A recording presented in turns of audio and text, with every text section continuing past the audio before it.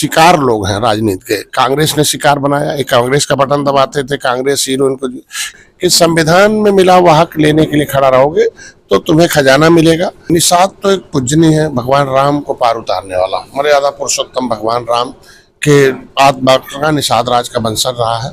इस झुआ भरोट को पौआ पिला पिला के इन लोगों को पाँव में रखा गया और पावर में चले गए। जो जो पावर में गया भेजा इस्तेमाल किया गया। आज हमारे साथ संजय निषाद जी हैं, जो निषाद पार्टी के राष्ट्रीय अध्यक्ष हैं, सरकार में मंत्री हैं। आज वो अपनी यात्रा को लेकर गाजियाबाद पहुंचे हैं। सीधा सीधा उन्हीं से सवाल ले लेते हैं कि आखिर इनके इस यात्रा का मकसद क्या है। सर देखिए, अब तक यात्रा हमारे पास होती थी, धार्मिक यात्राएं होती थी, राजनीतिक यात्राएं होती थी, लेकिन ये संवैधानिक अधिकार यात्रा पहली बार है। इससे पहले मैं आरक्षण यात्रा निकाल चुका हूं। अब इनको पिछली सरकारें या विपक्ष गुमराह करता है कि डॉक्टर संजय तुम्हारा वोट एक मंत्री बन गया, कुछ किया नहीं। इनको बताने का प्रयास कर रहा हूं कि भाई हम कुछ नहीं, कि हम सोच बदलने निकले हैं कि संविधान में मिला हुआ हक लेने के लिए खड़ा रहोगे तो तुम्हें खजाना मिलेगा, और नहीं खड़ा होगे तो तुम्हें खाली खाना पाकर संतोष कर जाओगे। तो संविधान में इनका मिला हुआ हक है।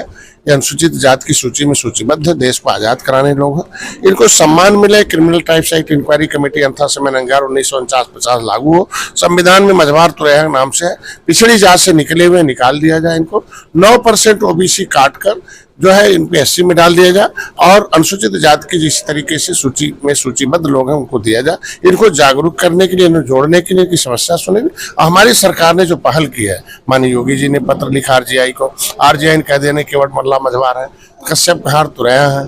हम कह रहे हैं आज के दिन सामाजिक न्याय मंत्रालय में गया तो ये जागे और आए और गुमराह है और अपने हिस्से को लेने के लिए तैयार हैं। इसलिए आप लगभग 200 विधानसभा ऐसी हैं जिसमें आप घूम रहे हैं, लगातार अपनी सभाएं कर रहे हैं, चूंकि आप निषादों को मजबूत करने का काम कर रहे हैं। क्या हम ये मान के चले कि 2027 की तैयारी है? देखिए, पहली निषाद तो एक पूजनीय है, भगवान राम को पार उतारने वाला, मर्यादा पुरुषोत्तम भगवान राम के आत्मा का निषाद राज का वंशज रहा है। ये कश्यप ऋषि का वंशज रहा है, ये जो है कालू बाबा धीवर का वंशज रहा। इनका गौरवशाली इतिहास रहा, इन्होंने देश को आजाद कराया। ये मर्यादित लोग हैं, कभी मर्यादित लोगों के जो लोगों की है कि जिस राजनीति में आजाद तो करा दिया, पाया नहीं। इस झुआ भरोट को पौआ पिला पिला के इन लोगों को पाँव में रखा गया और पावर में चले गए। जो जो पावर में गया भेजा इस्तेमाल किया गया। बसपा आई, इनके आरक्षण को खत्म कर दिया, इनके वर्ग 3 की जमीन को छीन लिया बसपा। इनके निषाद नेता उसमें थे बसपा में, मूक दर्शक बने, नहीं बोल रहे। समाजवादी पार्टी आई, हमने आरक्षण आंदोलन चलाया, हमें जेल में भेजवा दिया गया, 302 का फर्जी मुकदमा लगा दिया गया, हमारा भाई मारा गया, हम लोगों को है। आज के दिन में अंथा समन्वय कमेटी का रिपोर्ट कूड़ेदान में चला गया। हम कह रहे हैं क्रिमिनल, आज के दिन में संविधान की जो पब्लिक फाइल 74/4/1950 गायब हो गई। सपा बसपा के सहयोग से कांग्रेस की सरकार चल रही थी, तो अब अपना वकील बनाने के लिए पूर्वांचल में हम जगह थे, ये 11 विधायक बनाया।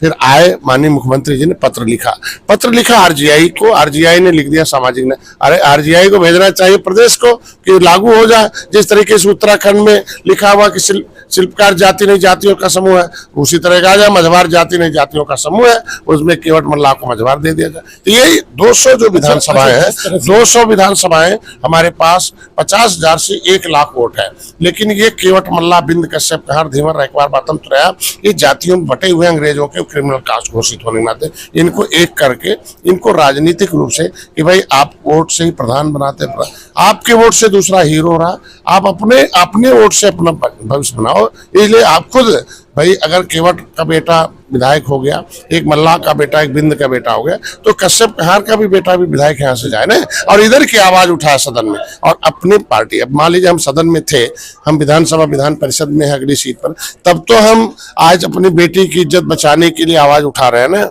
हम जो है अयोध्या के। तो मैं कह रहा हूँ हमारे हक हिस्से की लड़ाई सदन से होता है, इसलिए 200 सीटें निषाद भाव ने, इनको जगाऊंगा, इनको बताऊंगा, और ये वोट से इनके हिस्से को दिलाने का काम। एक सवाल और है हमारा कि जिस तरह से उपचुनाव की 9 सीटें थी, उस 9 सीटों में आपको एक भी सीट नहीं दी गई, तो क्या सरकार को कहीं अपनी ताकत का एहसास कराने के लिए यात्रा निकाली जा रही है?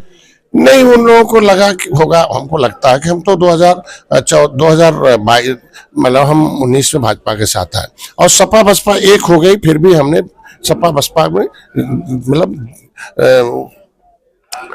जीत नहीं पाए। हम मोदी जी को प्रधानमंत्री बनाने में काम 2022 में मैं 11 हारी हुई सीटें लिया था, जिसमें 9 जीता, मतलब 15 में हम 11 विधायक बनाने में कामयाब हो गए, 6 भोजन वाली थाली से, 5 उनके सिंबल से। लेकिन 2024 था, उसमें निषाद पार्टी को सिंबल नहीं मिलने की वजह से पूरी 43 सीटें कुछ नुकसान हो गई। आज हम समाजवादी पार्टी जीतने में कामयाब हो गई, आंशिक सफलता, झूठ बोलने में, हमारे समाज को गुमराह करने में कुछ न कुछ निश्चित रूप से हमारा समुदाय पीडीए का हिस्सा बन गया, तभी समाजवादी पार्टी की जीत हुई। हम चाहते हैं हमारा समुदाय निषाद पार्टी का हिस्सा है और निषाद पार्टी भारतीय जनता पार्टी के साथ है, तो काहे विपक्ष जीतेगा भाई। और 9 सीटें हमने इसलिए नहीं लिया कि भाई अब इनके लिए भारतीय जनता पार्टी ने कहा कि भाई इनके आरक्षण के मुद्दे को हम हल करेंगे, इसलिए आप मत अपने सिंबल से लड़िए, इसलिए मैं 9 सीटों छोड़ के इनको जिताने और जितवाया कि मैंने अब टीम लगाई। जहां निषाद लड़ाया था सपा ने, वहां भी नहीं जीतने दिया, और जहां निषाद लड़ रहा था वहां एक वोट बिखरने नहीं दिया, और जहां जहां मैं गया था सब जीत हमने दर्ज कराई। तो आज के दिन में कुछ हमको लगता भी है कि भाई लोग उनके कहते हैं कि निषाद पार्टी पास उनको भय रहता भाजपा के पास कि भाई निषाद पार्टी को सिंबल देंगे, सीट देंगे, तो हो सकता है नहीं जीत पाए। तो जब हमारे पास समुदाय रहेगा तभी हमें सीट देंगे, तभी हम हमको किसी को जीत देंगे तभी तो हमें सीट देंगे। तो जीतने के लिए हमारे पास सेना होगी तभी तो हम देंगे। ये सेना जब अपने हक हिस्से के लिए लड़ाई लड़ेगी तो ये पूर्वांचल में जिस तरह से आपका दबदबा माना जाता है, आप पूर्वांचल के ऐसी कई सीटें जिनका आप प्रभावित करते हैं और जीतने की काबिलियत भी रखते हैं, तो क्या ये 19 में भी 27 में भी देखने को मिलेगा? क्या बीजेपी के साथ आप 27 में रहेंगे? हमको लगता है कि जिस तरीके से ये शिकार लोग हैं राजनीति के, कांग्रेस ने शिकार बनाया, एक कांग्रेस का बटन दबाते थे, कांग्रेस हीरोइन को, ये सपा का बटन दबाए, जिसका बटन दबाए, बसपा का बटन दबाए। लेकिन बसपा से इन्होंने सीखा कि भाई उन्होंने जब अपना टोपी झंडा नारा एक नेता बना लिया, तब जाके उन्हें आरक्षण मिला, तब जाके उन्हें संविधान में सुरक्षा मिली, तब आज उनके पास संविधान में मेरा वाक। तो मेरा नारा, टोपी, झंडा, विचारधारा एक है, और एक नेता डॉक्टर संजय के साथ रहेंगे तभी नहीं, एक रहेंगे तो सेफ रहेंगे, इस नारे के साथ एक है। इसलिए देश में निषाद आज के दिन में पूरे हर राज्यों में, ऐसा नहीं है मैं चुनाव लड़ा था आपने देखा होगा मध्य प्रदेश में, छत्तीसगढ़ में, तब भाजपा हार गई थी। जब मैंने उनका सहयोग करना शुरू किया तो देखो जीतना शुरू किए। उत्तर प्रदेश में जब तक ये सपा बसपा कांग्रेस के साथ थे तो वो जीत रहे थे, जैसे उनको हट के हम इधर आ गए जीत रहे। तो हम जब खड़ा रहेंगे, समाज को खड़ा रखेंगे तो आएंगे। और पश्चिम में भी हम चाहते हैं कि ये भी हमारे भाई हैं, और हम मिशनरी कार्यकर्ता हैं, हम क्रिमिनल कास्ट घोषित हैं, तो हम चाहते हैं वो सभी 578 जातियों के साथ मिले, उनको मिले कि भाई हम अगर हर एक पूर्वांचल में 11 विधायक हैं तो पश्चिम में भी हमारे विधायक बनेंगे, तभी हमारे समाज का जो भला होगा। और आपने जिस तरह से अभी नारा दिया कि एक तो सेफ, यही नारा मुख्यमंत्री ने भी दिया है कि बटोगे तो कटोगे, लेकिन उस पर विवाद होता है, उसकी वजह क्या? नहीं, हम तो एक उसमें कहते हैं कि बटोगे तो अधिकारों से छटोगे। इनको तो बटे, केवट मल्ला बिंद कश्यप कहाँ बटे तो अधिकार से छटे, काट दिया, पिछड़ी 17 पिछड़ी जातियों में बांटा और इनका काट के हटा। भाई जब ये संविधान में थे तो ओबीसी में क्यों डाल? जमुना उस पार दिल्ली का सांसद, रामचरित्र सांसद, मछली शहर अनुसूचित जाति सीट से उत्तर प्रदेश में जाके लड़ सकते हैं, और उत्तर प्रदेश का निषाद उत्तर प्रदेश में नहीं लड़ सकता है, तो अधिकार से छटा ही है ना। तो ये बटा है तो छटा है, तो अधिकार से छटा है। तो मैं तो यही कह रहा हूँ कि बटेंगे तो कटेंगे, ये नारा इसलिए योगी जी को धन्यवाद देता हूँ कहने का कि जब ये किस तरीके सपा बसपा कांग्रेस थी, तो जब ये सब लोग बटे थे तो कैसे यहाँ हिंदू मुसलमान राइट होता था, कैसे यहाँ दंगे होते थे, किस तरीके से। अब कम से कम देखो कितना सेफ उत्तर प्रदेश सर्वोत्तम प्रदेश बनना। तो इसलिए मैं तो कहता हूँ कि अगर बटेंगे तो अधिकारों से छटेंगे, एक रहेंगे तो सेफ रहेंगे, ये इनके नारे को साकार करो। देखिए, संजय निषाद जी का एकदम नारा साफ है। जिस तरह से प्रधानमंत्री ने नारा दिया था और उसके बाद मुख्यमंत्री ने जो नारा दिया था, उसी नारे को दोहराते हुए उन्होंने अपने समाज को भी ये नारा दिया है कि बटेंगे तो छटेंगे। ये सीधा सीधा नारा है अपने समाज के लिए और अपनी ताकत को बढ़ाने के लिए। वो जिस तरह से आज गाजियाबाद आए, उसी तरह से लगभग 200 विधानसभाओं में अपनी यात्रा को लेकर जाएंगे।